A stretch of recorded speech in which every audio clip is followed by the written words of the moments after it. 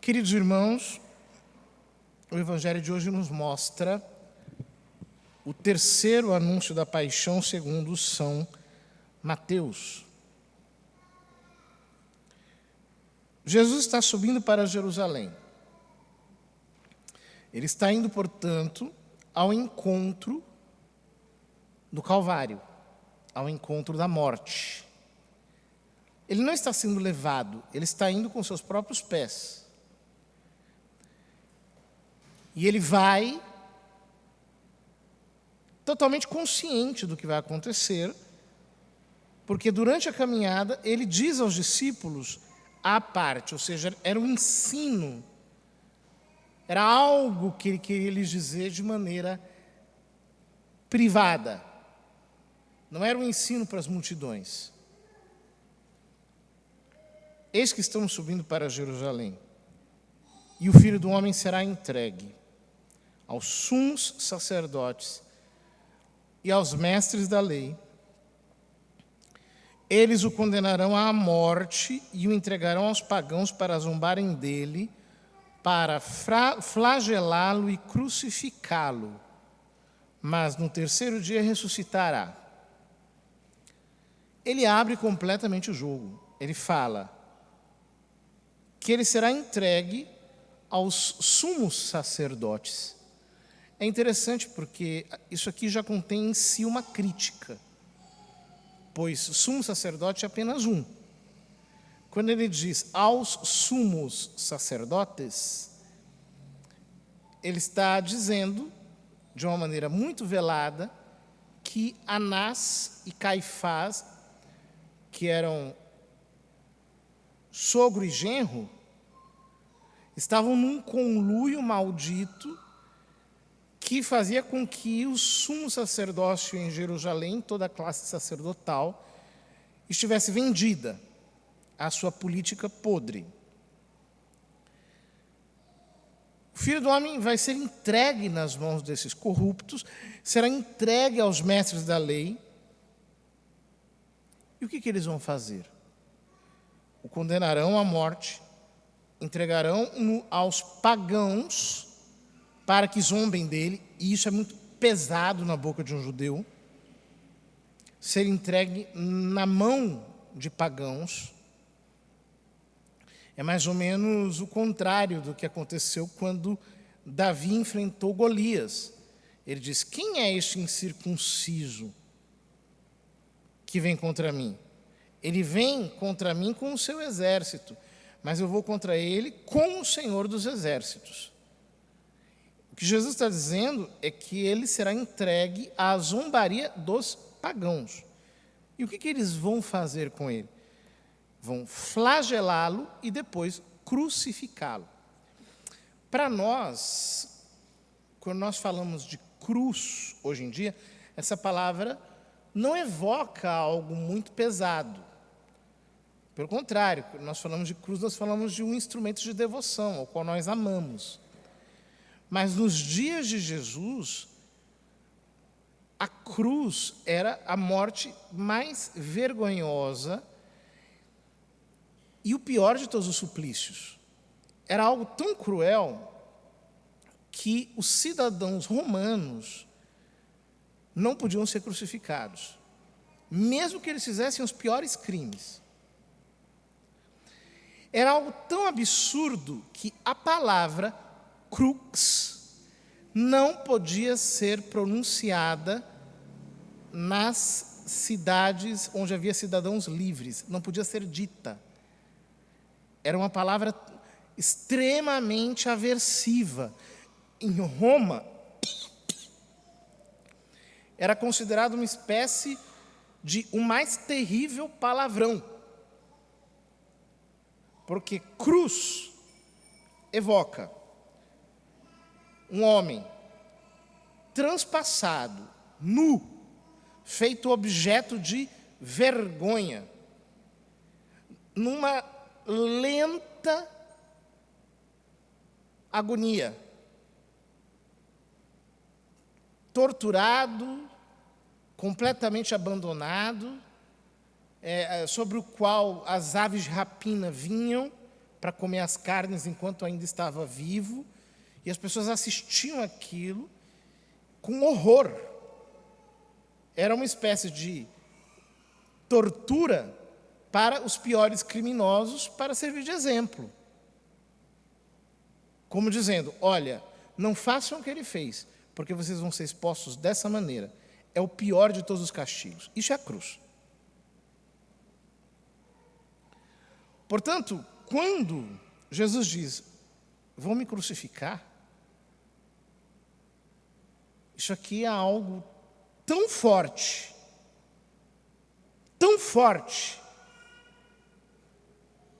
que é muito mais forte do que se eu dissesse para vocês aqui, eu serei fuzilado. Literalmente. Um fuzilamento não é nada em comparação com a morte de cruz e com aquilo que ela evoca na mente dos contemporâneos de Jesus. Ele diz, ao terceiro dia, o Filho do Homem ressuscitará. O que acontece? Imediatamente, a mente humana entra em negação. A cruz é algo tão chocante que o homem prefere passar batido por ela, não quer enfrentá-la, não quer confrontá-la. E o que acontece? A mãe dos filhos de Zebedeu, Salomé, aproxima-se de Jesus com seus 2 filhos, Tiago e João, ajoelha-se e Jesus lhe pergunta, o que tu pedes? O que tu queres? E ela diz, manda que estes meus 2 filhos se sentem no teu reino, um à tua direita e outro à tua esquerda. Ou seja, aqui há muitas coisas que estão subentendidas no texto. Em primeiro lugar, Salomé era uma mulher extremamente rica, a tal ponto que ela tinha, com outras mulheres, seguido Jesus para assisti-lo com os seus bens.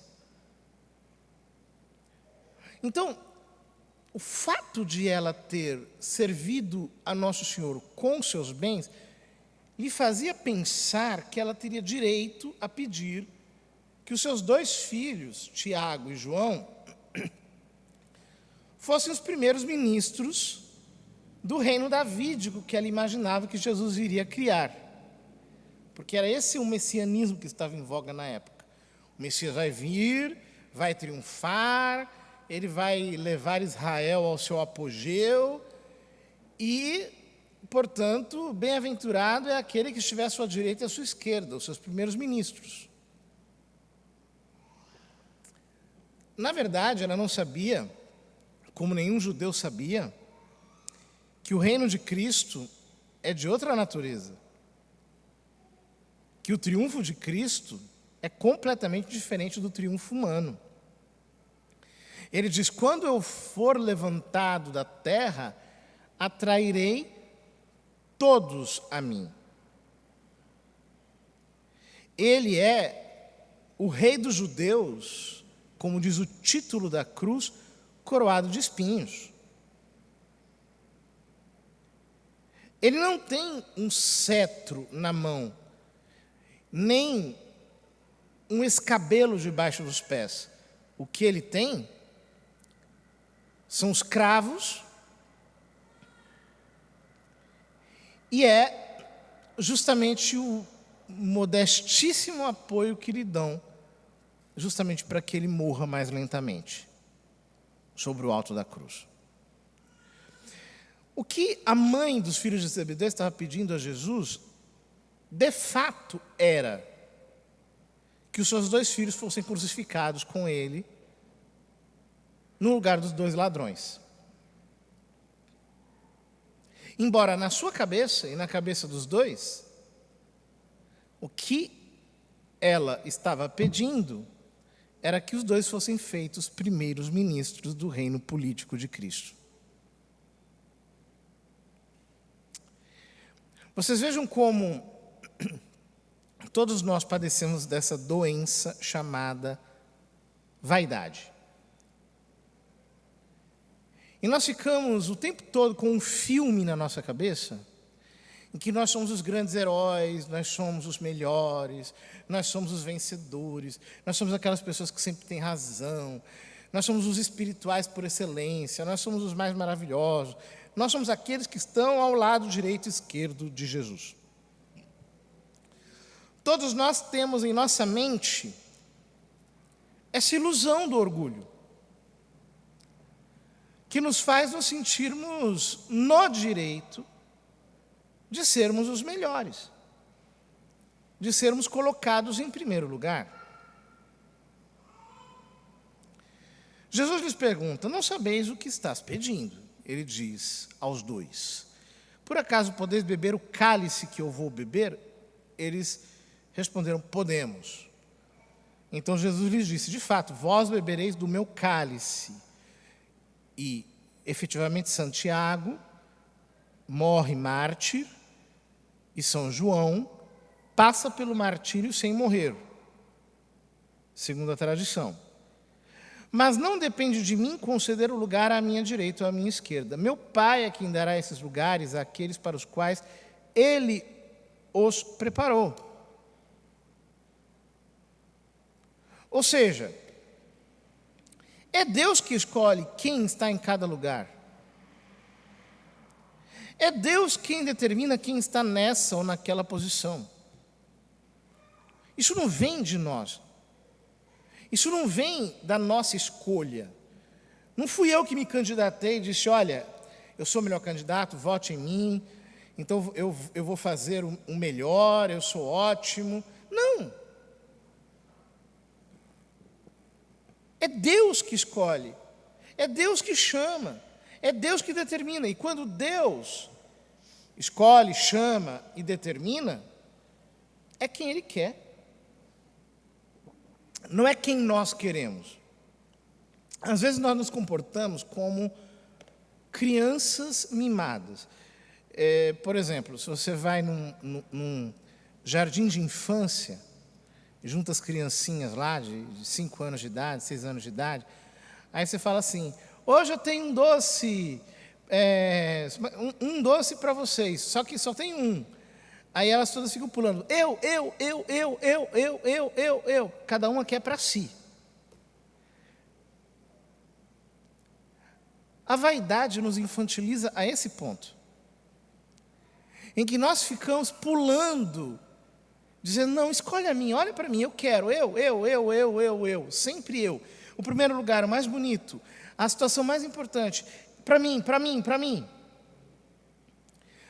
Os outros apóstolos se irritam com os dois. Por quê? Todos eles estavam achando que seriam os tais o ministério, né? O corpo de ministros do Messias. E Jesus diz: olha, os chefes das nações têm poder sobre elas e os grandes as tiranizam. Entre vós não deverá ser assim. Quem quiser tornar-se grande, torne-se vosso servidor. Quem quiser ser o primeiro, seja o vosso escravo, o vosso servo. Pois o Filho do Homem não veio para ser servido, mas para servir. E o que é servir para Jesus?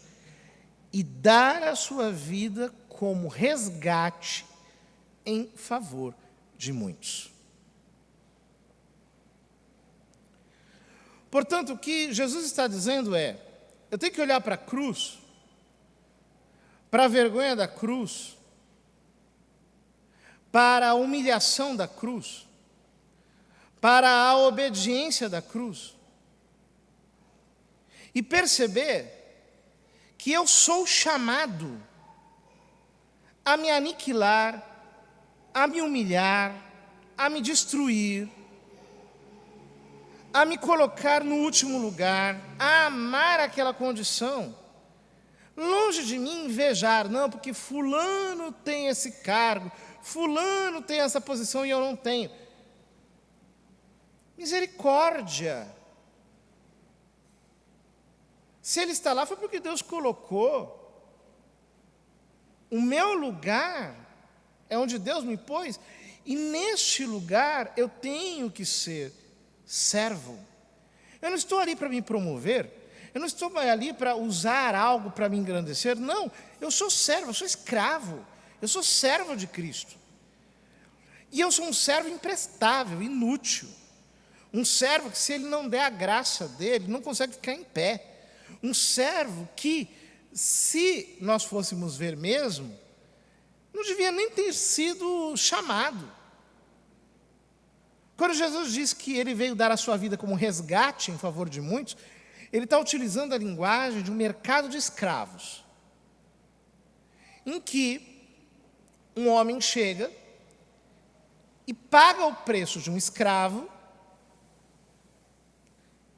para resgatá-lo, para remi-lo.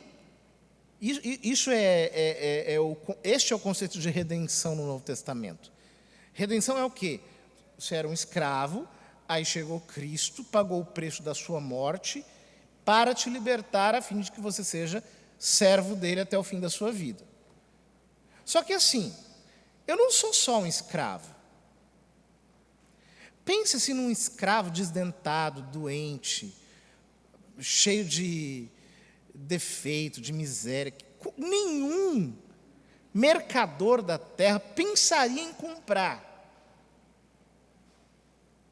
Pensa num escravo assim, tem todos os defeitos do mundo, um escravo incapaz, inútil, paralítico, um escravo nojento, asqueroso, cheio de mazelas, cheio de todo tipo de aversão. E por pura bondade, por pura misericórdia, ele vem,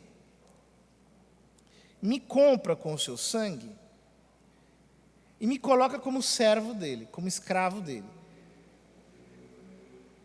Mas que cabimento tem que este escravo comece a dizer: olha, vocês estão vendo como eu sou ótimo? Nossa, tem um cargo maravilhoso. Agora eu sou escravo aqui do Messias. Eu sou escravo. Isso não tem sentido. Por quê? Ele continua sendo o que ele era.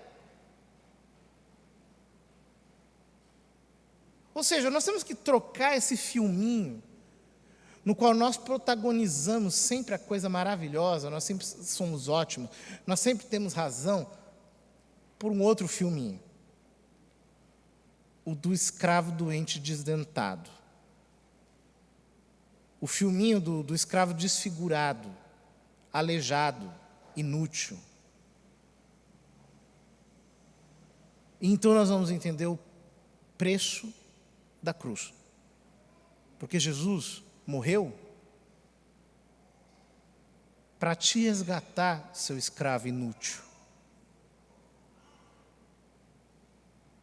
Não é porque você é bom, é porque você não presta, que nem eu.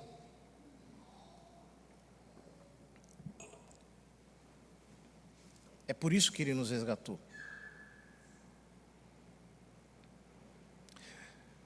A cruz é um escândalo para o nosso orgulho.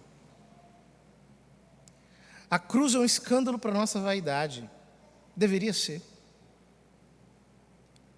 E nós não a assimilamos porque nós ficamos a vida inteira pretendendo estar no primeiro lugar. Nós não entendemos que o nosso lugar é o último. O nosso lugar é o mais baixo, o mais esquecido, o mais humilhado, o mais aniquilado, porque esses somos nós. Jesus chama isso de grandeza. Quem quiser ser grande, faça-se nada. Faça-se escravo. Quer subir, desce. Quer crescer, diminua. Quer ser cheio, esvazie-se. São os paradoxos do Novo Testamento.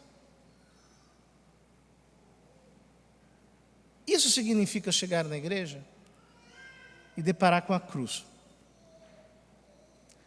A nossa maior glória é a maior vergonha. é aquilo que os homens consideravam maldição. E nós, mesmo vendo a cruz todos os dias com os nossos olhos, continuamos a nossa vida inteira querendo pagar de bonzões. Nós não somos nada disso. Que Deus nos conceda essa santa sensatez. E então, ninguém neste mundo nos convencerá de que nós somos os tais, e nós viveremos todo dia muito admirados de que a terra não nos engula para acabar logo com a nossa vida tão ofensiva a Deus e tão cheia de imperfeições.